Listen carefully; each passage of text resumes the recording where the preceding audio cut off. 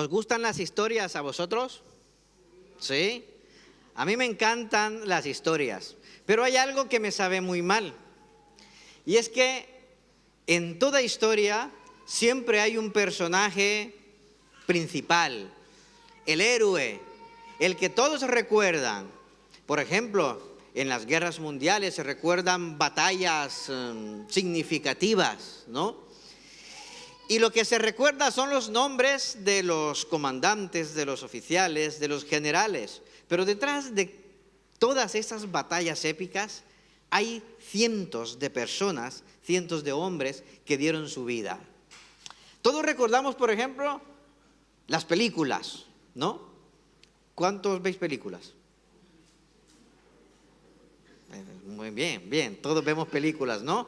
Pues bien, en letras grandes y tipografías bonitas siempre aparecen los nombres de los actores principales. Pero para que esa película haya sido posible, han trabajado cientos y quizás miles de personas. ¿Y dónde salen sus nombres? En los créditos finales, ¿no? Y pasan rápido. Y en letra mucho más pequeña. Yo a veces pienso y digo yo, madre mía, pobre gente, tanta gente que ha trabajado y pasa su nombre ahí que pasa muy rápido, apenas si se alcanzan a leer. Pero luego pienso y yo digo, pero es que los padres de toda esta gente verán los nombres pasar buscando el de su hijo, y la verdad es que no. ¿Cuántos miráis los créditos finales en las películas? No os avergoncéis, ¿eh? No os avergoncéis. No. Si inmediatamente solo se va fundido en negro la película y todo el mundo ya está haciendo otra cosa. Y ahora con las plataformas de streaming es que inmediatamente, si es que ya te están poniendo la siguiente y que veas quién ve los créditos finales. Y sin embargo son los nombres de personas que han hecho posible esa película, esa serie, que han trabajado y que se han esforzado, que le ha tocado pues duro. ¿Y qué me decís pues en la Biblia? Si yo os pregunto, decidme personajes bíblicos, van a salir los más grandes de los más grandes, ¿no? El rey David, Abraham, Noé. ¿Quién más? En el Nuevo Testamento, si, como mínimo me tenéis que decir 4, Mateo, Marcos, Lucas y Juan. Si no me decís eso, desbautizamos gente. Vamos a comenzar el ministerio de desbautización, ¿vale? Pero luego hay hombres también que el Señor utilizó, pero que no salen al inicio de la película. Y hay otros, por ejemplo, el apóstol Pablo, que quizás es el misionero más influyente en la primera era de la fe cristiana. Y allí, detrás del personaje del apóstol Pablo, hay una persona cuyo nombre aparece, pero como un nombre al final de la película. Y sin embargo, su ejemplo es significativo para nosotros. Se estima que sobre el año 35-36 después de Jesucristo, la iglesia apenas empezaba y tenía unos pocos años de existencia, obviamente. Era un grupo pequeño y perseguido además. El imperio romano le perseguía. Y la iglesia, a pesar de la persecución, estaba creciendo, porque el mensaje del evangelio, que sepáis, no lo para nadie. El mensaje y el poder del evangelio no lo detiene nadie. Seguir a Jesús en esa época no daba prestigio, daba problemas. Nadie se tatuaba una cruz, un pececito. No era nada de qué presumir, porque ser creyente, identificarse como tal, lo que hacía era que la persona se ponía en peligro. Pero el evangelio, a pesar de eso, llegaba a todas las ciudades. Y una de estas ciudades, Damasco, que era una ciudad estratégica, era un centro comercial muy importante, su influencia política, cultural y religiosa era significativa en esa época. Y allí en esa ciudad, una mañana, cuando todo estaba pues con normalidad, una noticia estremeció a los creyentes de Damasco. Saulo de Tarso llegaba a la ciudad. Y no venía a predicar, venía a perseguir cristianos, a arrestarlos. Su nombre producía terror. Podíamos decir, Saulo de Tarso era el terror de la iglesia. Conocido por encarcelar creyentes, un perseguidor brutal que incluso consentía la muerte de creyentes. Alguien que inspiraba miedo real. Y allí, en Damasco, los creyentes ante esta noticia, pues, ¿cuál creéis que era la reacción natural? Pues esconderse. Seguramente las reuniones que se hacían en los hogares se hacían pues en el más secreto posible, porque repito, nada detiene el mensaje del Evangelio. Y allí en medio de esa incertidumbre entre los cristianos de Damasco, interviene el Señor, nuestro Dios. Y en el capítulo 9, versículo 10, dice: había en Damasco un discípulo llamado Ananías, a quien el Señor llamó en una visión. Ananías, aquí estoy, Señor, respondió Ananías. Y el Señor le dice: anda, ve a la casa de Judas en la calle llamada Derecha y pregunta por un tal Saulo de Tarso. ¿Os imagináis lo que sintió Ananías? Saulo. Pregunta por un tal Saulo de Tarso. Si esto le sorprendió, lo que le iba a decir a continuación lo descolocó. Está orando. Saulo de Tarso, orando en la misma oración, no me cuadra. Ahora imaginaros la reacción de Ananías cuando el Señor continúa. Está orando y ha visto en una visión a un hombre llamado Ananías. Pobre Ananías, sobrevivió ahí a 3 elementos que cualquier corazón, por muy sano que esté, microinfarto mínimo. Y ha visto en una visión a un hombre llamado Ananías, que entra y pone las manos sobre él para que recobre la vista. Entonces Ananías respondió: Señor, he oído mucho hablar de ese hombre y de todo el mal que ha causado a tus santos en Jerusalén. Y ahora lo tenemos aquí, autorizado por los jefes de los sacerdotes para llevarse presos a todos los que invocan tu nombre. Ve, insistió el Señor, porque ese hombre es mi instrumento escogido para dar a conocer mi nombre tanto a las naciones y a sus reyes como al pueblo de Israel. Yo le mostraré cuánto tendrá que padecer por mi nombre. Ananías se fue y cuando llegó a la casa le impuso las manos a Saulo y le dijo: hermano Saulo, el Señor Jesús, que se te apareció en el camino, me ha enviado para que recobres la vista y seas lleno del Espíritu Santo. Al instante cayó de los ojos de Saulo algo como escamas y recobró la vista, se levantó y fue bautizado, y habiendo comido recobró las fuerzas. Saulo pasó varios días con los discípulos que estaban en Damasco. Esta es una historia impresionante y quiero yo resaltar varios elementos clave. Primero, sobre todas las cosas, Dios obra, Dios siempre está obrando. Que tú y yo no seamos conscientes o no lo veamos, no quiere decir que el Señor no está haciendo nada. Es sencilla y simplemente es que yo no lo sé, que yo no me he enterado. Pero Dios obra. Y Dios obra en todo momento, en toda circunstancia y en todo lugar, y más cuando se trata de la proclamación del Evangelio.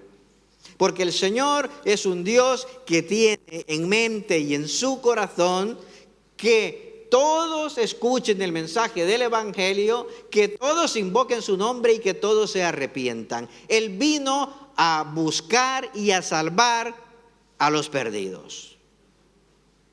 Y cuando volvió a la diestra de su Padre, Él dijo a aquellos que habían creído y confiado en Él: vosotros vais a continuar con la obra que yo vine a hacer. Y cientos de años después, aquí estamos nosotros. Y vamos a ver algunas verdades significativas. Primero, para su obra, Dios llama a la persona que Él quiere. Y aquí tenemos que ha llamado a dos personas. Primero, Dios el Señor es fabuloso. No hay creativo más grande que nuestro Señor. El Señor Jesús dice, piensa, Dios dice: yo necesito que todos los reyes de la tierra, que todo el pueblo gentil y aún judíos escuchen el mensaje del Evangelio. Así que voy a elegir a alguien para asignarle esa tarea. ¿A quién busco? ¿El apóstol Pedro? ¿Pablo? ¿Lucas? ¿Juan? No, esos ya tienen tarea. Pues vamos a ver quién más se me ocurre, ¿no? Y entonces al Señor, en su voluntad y como es todopoderoso, dice: pues voy a llamar al perseguidor más grande de los cristianos y que sea Él. Punto. Se acabó. El Saulo de Tarso no tenía opción alguna. Punto. Te he elegido yo.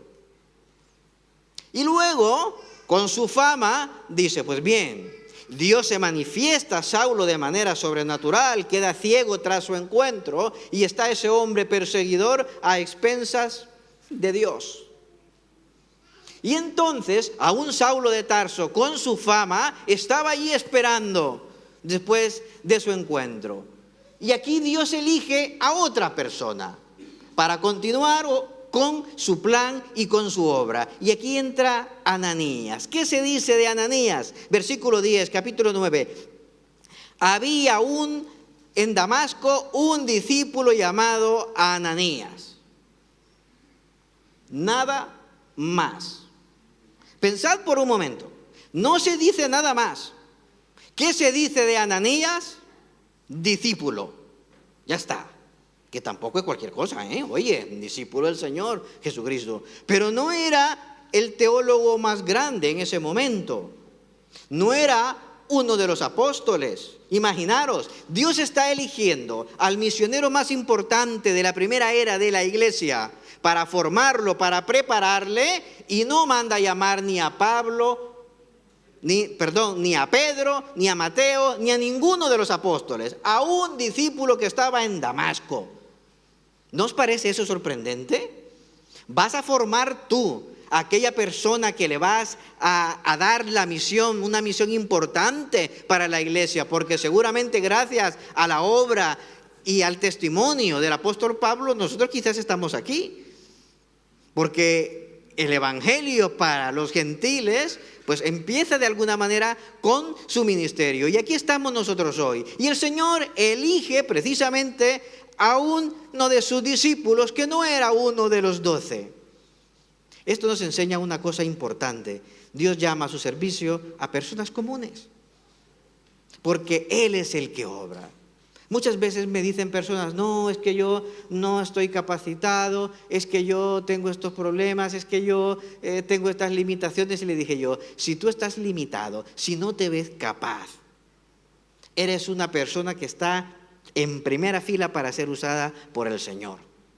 Porque no va a haber evidencia en ti que lo que el Señor haga sea cosa tuya.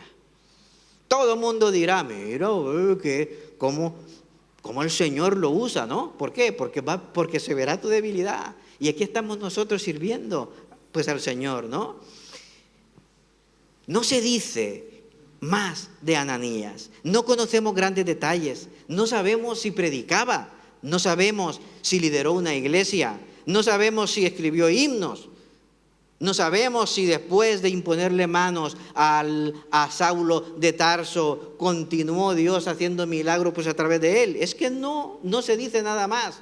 Y esto es hermoso, porque eso significa que Dios usa personas comunes, no personas extraordinarias. Y si el Señor eligió en primer lugar a Saulo de Tarso para su servicio y luego para empezar a Ananías, tú y yo tenemos cupo en su equipo. Dios nos usa, porque es Él quien va a obrar a través de nosotros, no nosotros haciendo su obra. Es Dios quien va a obrar. ¿Qué estaba haciendo Ananías cuando el Señor le habló? No lo sabemos, pero hay algo importante que quiero resaltar de Ananías. Cuando escuchó la voz del Señor, él respondió inmediatamente: aquí estoy. Conocía la voz de Dios. Sabía que Dios le estaba hablando. Y esa respuesta revela mucho sobre él. Porque no era un hombre famoso, pero era un hombre cercano a Dios. Y Dios también le conocía por su nombre. Le llamó por su nombre. Nadie quizás conocía a Ananías, pero Dios le llamó por su nombre. Y esto es también significativo. Quizás para la tierra, para los de Damasco, pues oye, sí, el apóstol Pablo reconoció posteriormente que cuando estuvo ahí, cuando contó su testimonio, que este era un hombre que tenía el respeto de aquellos que le conocían ahí en la ciudad. Pero no se dice nada más. Hermanos, Dios sigue llamando a creyentes comunes como tú y como yo. Nos sigue llamando para su servicio, a enseñar, a discipular, a evangelizar, a ir a otras ciudades, a servir en lugares difíciles, a alcanzar a personas rechazadas. Y pocos responden como Ananías: aquí estoy, Señor. No te subestimes nunca en lo que Dios pueda hacer a través de ti. Dios no te elige por tus credenciales, por tu formación académica, por tu experiencia, por lo que sabes. Dios te elige y te va a usar a ti por su voluntad. Solamente debemos decir como Ananías: aquí estoy. Aquí estoy. Y es Dios quien va a obrar. Pero aquí en este caso vemos algo también importante. Pasamos a la misión. Versículo 11.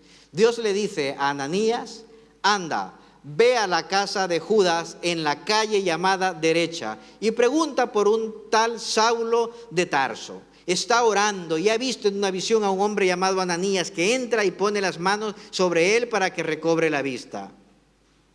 Dios le dijo algo inesperado: Ananías, ve. Y le dio la ubicación, le dio todas las señales: vas a hacer esto.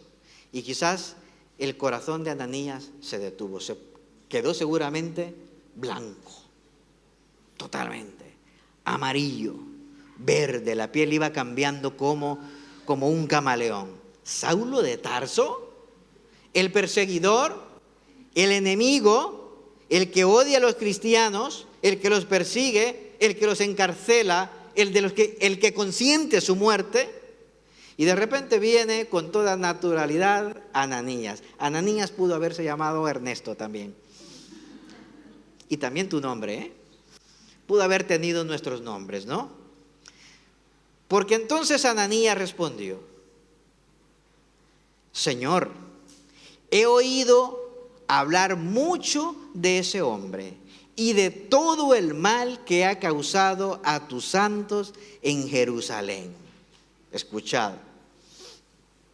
Y ahora lo tenemos aquí, autorizado por los jefes de los sacerdotes para llevarse presos a todos los que invocan tu nombre. Aquí tenemos a un hombre pensando con su razón, ¿no? Señor, pero fijaros, ¿no? Él siempre reverente. Señor, has dicho Saulo de Tarso, ¿no? Yo he oído cositas de Saulo, Señor. Yo no sé si tú te has dado cuenta, si tú te has enterado, si por allá en el cielo se corren estas noticias, pero yo he escuchado mucho, Señor, sobre este hombre. Este hombre persigue a los que te adoran a ti, Señor. ¿No? Yo hubiese pensado, Señor, si me mandas a imponerle manos a Saulo de Tarso, ¿dónde quieres? ¿En el cuello y apretando duro? ¿O bendiciéndole y pidiéndole, Señor, que obre milagrosamente, ¿no? Notamos aquí la reacción que es muy humana. A Saulo, Señor, escucha, Señor, he oído hablar mucho de ese hombre y de todo el mal que ha causado a tus santos. Y ahora lo tenemos aquí, autorizado por los jefes de los sacerdotes para llevarse preso a todos los que invocan tu nombre. Esto muestra algo importante.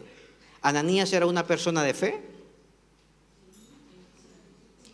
Escuchó la voz de Dios, le conocía y Dios le conocía. Conclusión, si Ananías conocía a Dios y Dios le conocía, ese hombre era cristiano. Porque hay quien conoce de Dios, pero Dios no le conoce. Eso no es ser cristiano. Porque a muchos le dirán en aquel gran día al Señor, Señor, en tu nombre echaba fuera demonios, en tu nombre hacía esto. Y el Señor le dirá, apártate de mí, nunca te conocí. Pero con Ananías no hay cómo perderse. Conocía a Dios y Dios le conocía a él. Pero aquí encontramos que la fe, hermanos, no es ausencia de miedo ni de temor. La fe es obedecer aún teniendo miedo. Y servir al Señor implica salir totalmente de nuestra comodidad y de lo que nos gusta. A veces queremos nosotros servir, pero siempre que sea cerca de casa, sin riesgo, sin rechazo, sin sacrificar tiempo, sin cambiar de planes, donde todo esté lo más tranquilo posible. Hermanos, no hay mérito alguno en servir al Señor de esa manera. El reino de Dios nunca avanzó desde la comodidad. Y hay un principio contundente en el Señor también. El Señor dijo, si amáis a los que os aman, ¿qué mérito es ese? Si es fácil amar a los que os aman. Traigamos eso a las misiones, que es lo que tengamos aquí, ¿no? Si nos quedamos con los que te aman, Señor, y estamos aquí juntitos, ¿qué mérito hay? No hay ningún mérito, pero esa no es la voluntad del Señor. La iglesia primitiva transformó al mundo porque entendió algo. La obediencia vale más que nuestra comodidad y que nuestros pensamientos. No culpemos a Ananías tampoco a la ligera. Este hombre tenía miedo, porque le estaba enviando Dios a ir a la casa donde estaba el perseguidor más grande de cristianos. El miedo es real. A veces nosotros creemos que tenemos todas las respuestas cuando servimos a Dios. Y tenemos nada más el conocimiento y la convicción de lo que Dios nos quiera revelar. A veces el Señor es concreto y específico, obvio y evidente, pero otras veces nos dice, da el paso que ya te diré yo que vayas diciendo.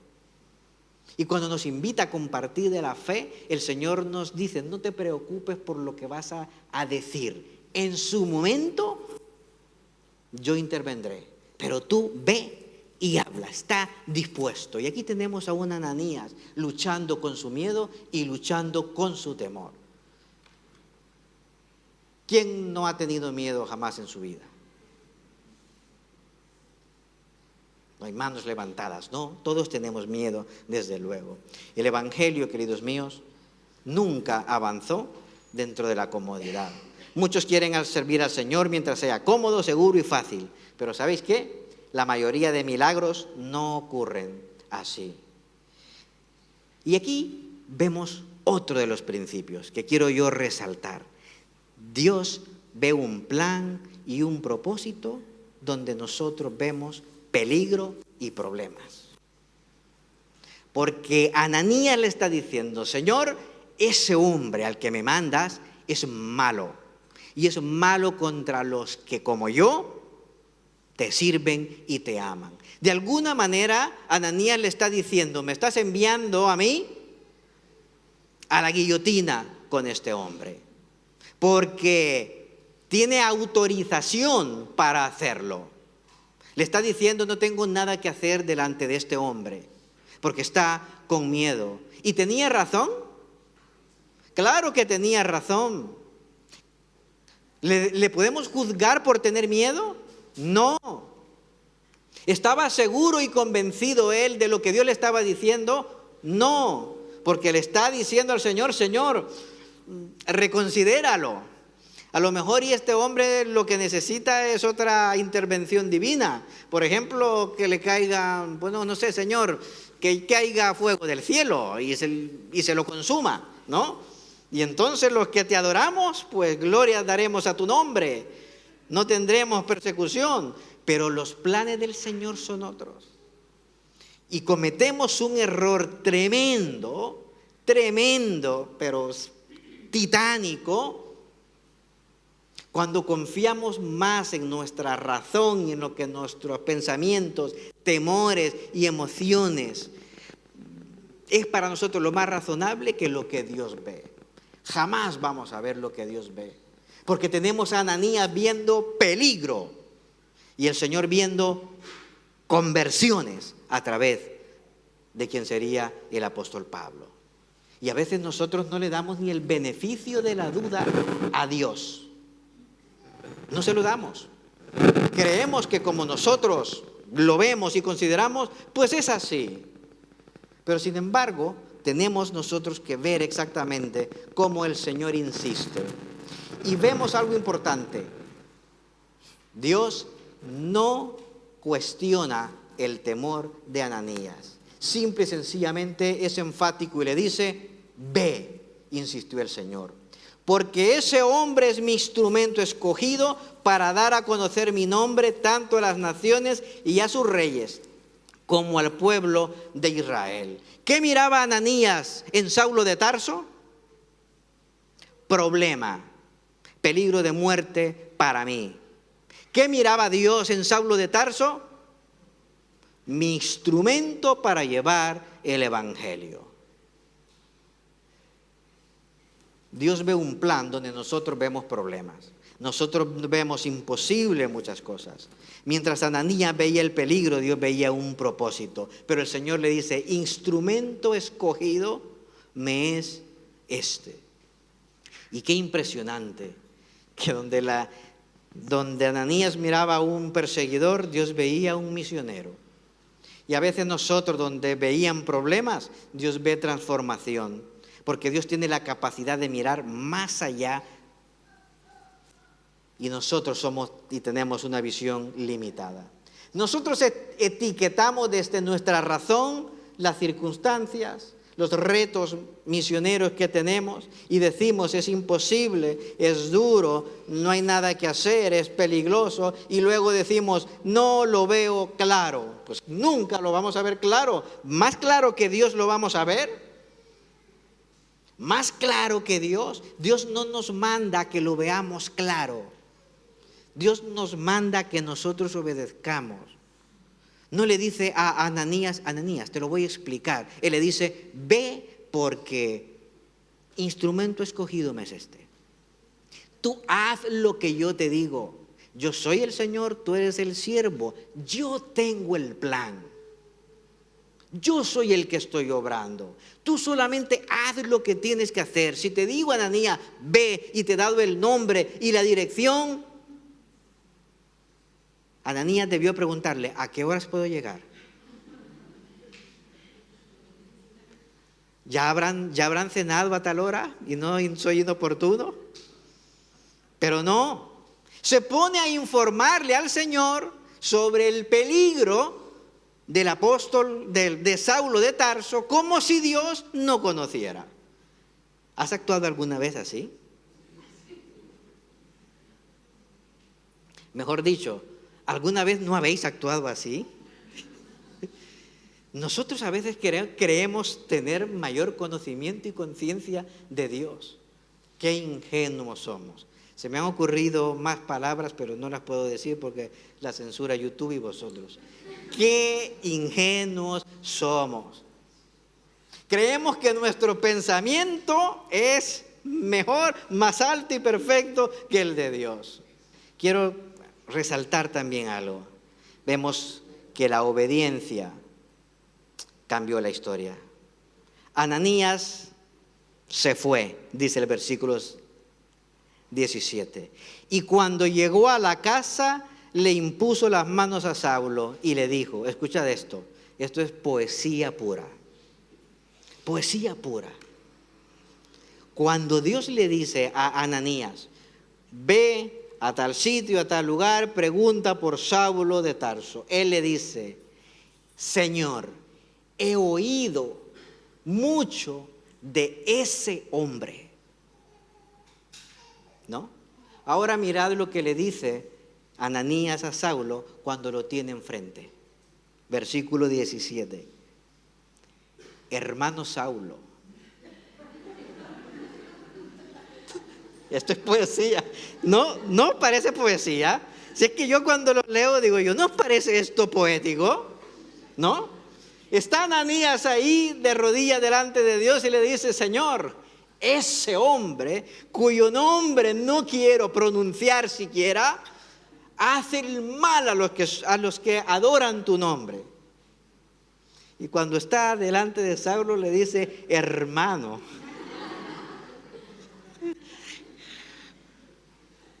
Ananías se ha convertido en uno de mis héroes, de verdad. Es que este pudo haberse llamado Ernesto, de verdad. Así tal cual, delante del Señor, el Señor argumentando y te comparto mis ideas. Y luego el Señor dice, tú ve, calla que ya hablaré yo. Y este hombre nos revela su fe genuina. Bien, Señor, si hubiera sido Dios Ananías, lo coge del cuello. No le llama hermano jamás. Y sin embargo vemos aquí a Ananías que le dice, hermano Saulo, el Señor Jesús que se te apareció en el camino me ha enviado para que recobres la vista y seas lleno del Espíritu Santo. No discutió Ananías, no retrasó la misión, fue e hizo lo que Dios le dijo que hiciera. ¿Creéis que Ananías sabía que delante suya tenía quizás al misionero más grande, a quien iba a escribir la gran mayor parte del Nuevo Testamento? Si lo hubiese sabido, le pide un autógrafo. Ahora que puedes ver, Saulo, que el Señor te ha quitado lo que tenías en los ojos, dame un autógrafo, porque esto va a valer lo suyo. No, pero mirad el cambio de Ananías. Pasa de referirse a Saulo como ese hombre, debemos ser honestos, con cierto desprecio, ¿no? A llamarle hermano. ¿Por qué? Porque comprendió lo que Dios estaba haciendo. Y eso para nosotros es clave y es fundamental. Hermanos, esa obediencia de Ananías hizo que Dios obrara un milagro también en Pablo. El ahora Pablo recupera la vista, fuera lleno del Espíritu Santo y comenzara el ministerio que transformaría naciones. Y como dije antes, quizás hoy estamos aquí escuchando el mensaje del Evangelio por la influencia del ministerio del apóstol Pablo. Pero el apóstol Pablo también obró, Dios obró a través del apóstol Pablo, a través también de Ananías, donde no recordamos. Cuando recordamos a Pablo, no vamos a recordar a Ananías. No se le recuerda, pero ahí está. Un hombre que fue obediente a Dios. Hermanos, el reino de Dios no funciona como funciona el mundo. Aquí no importa quién recibe los aplausos. Aquí importa quién fue fiel y quién fue obediente al Señor. Las misiones, el compartir el Evangelio, no se trata de nada seguro. Yo debo decir que los primeros años aquí en España como misionero llegué a frustrarme. Y para terminar os comparto por qué. Porque nosotros vemos y evaluamos las cosas en base a nuestros propios resultados. Cuando yo vine a España de un contexto de América Latina, El Salvador, Guatemala, pues obviamente conocía y conozco muchas iglesias que en esa primera etapa empezaron a orar por nosotros, pues veníamos a España como misioneros. Las primeras comunicaciones cuando ya estaba sirviendo en España, los correos electrónicos decían siempre: Ernesto, ¿cómo estás? Al mes de aquí en España. ¿Cuántos se convirtieron este domingo? Oye, espera, si ha sido el culto de instalación el pasado, espera al otro, ¿no?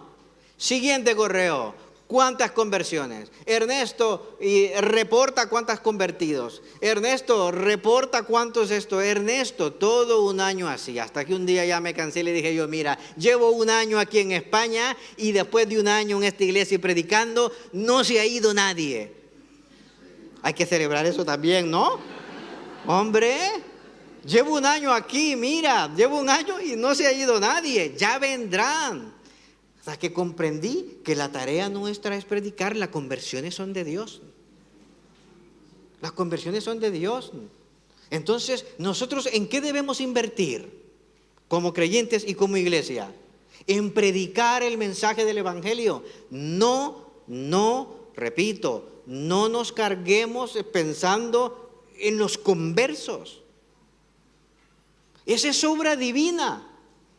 Esa es obra del Espíritu Santo. ¿A qué somos llamados nosotros?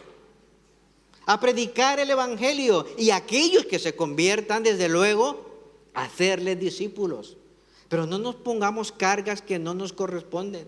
Estamos aquí para predicar el mensaje del Evangelio y es lo que tenemos que hacer.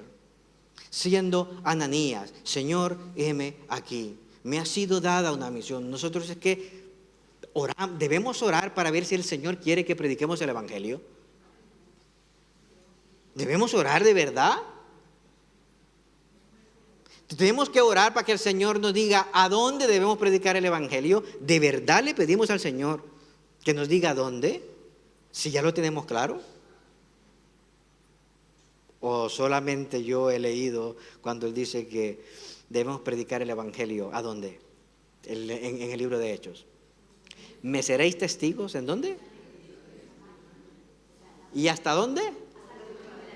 Hasta lo último de la tierra. ¿Eso incluye Elche? ¿Está Elche ahí? ¿Novelda? ¿San Vicente? ¿Santa Pola? ¿Monóvar? ¿Orito? ¿Sax? Aquí no podemos tirar la tarde, ¿eh? Pues desde luego que sí, hermanos. Dios quiere que prediquemos. Nuestra tarea es predicar el mensaje del Evangelio. Pero debemos, sí, desde luego, prepararnos. Porque el apóstol Pablo se preparó y estuvo allí durante ese tiempo a los pies de Gamaliel, aprendiendo y formándose. Y nosotros debemos hacerlo de la mejor manera, en obediencia. El próximo día 11 de julio vamos a comenzar con una formación del Ministerio Multiplicación. Red de multiplicación, sí, que me acuerdo de Operación Multiplicación, que era el nombre de antes. Red de multiplicación y nuestra Unión de Iglesias Evangélicas Bautistas de España, la UEB, con un programa de formación gratuito para aquellos con inquietudes de plantar iglesia, ¿vale? Allí en la entrada tenéis un código QR para que hagáis la preinscripción. Todos los que queráis recibir formación es gratuita y es por internet, ¿vale? Inscribiros ahí y cuando os inscribáis, me informáis a mí, ¿vale? Para que lo hagamos juntos. Yo he tomado ya el curso, pero lo hago nuevamente para hacerlo con los de nuestra iglesia. Y vamos a formarnos para compartir el mensaje del Evangelio, específicamente en la plantación de iglesias. O vamos a orar para pedir al Señor si es que quiere que sus iglesias se multipliquen. ¿Creéis que debemos orar por eso? No, debemos decirle, Señor, cuándo, cómo y dónde. Y esa es nuestra tarea. Repito, invirtiendo en la proclamación del Evangelio. Las conversiones son de Dios. Vamos a clamar, poneros de pie y vamos a ponernos delante de Dios en esta tarea que tenemos. Señor Dios Todopoderoso, tú nos has llamado a salvación y lo has hecho por nuestro nombre, Señor. A cada uno de nosotros nos llamaste, perdonaste nuestros pecados, transformaste nuestro corazón, lo sigues transformando y nos has dado una tarea, Señor. Proclamar el mensaje del Evangelio, continuar con tu ministerio, con lo que tú viniste a hacer a este mundo.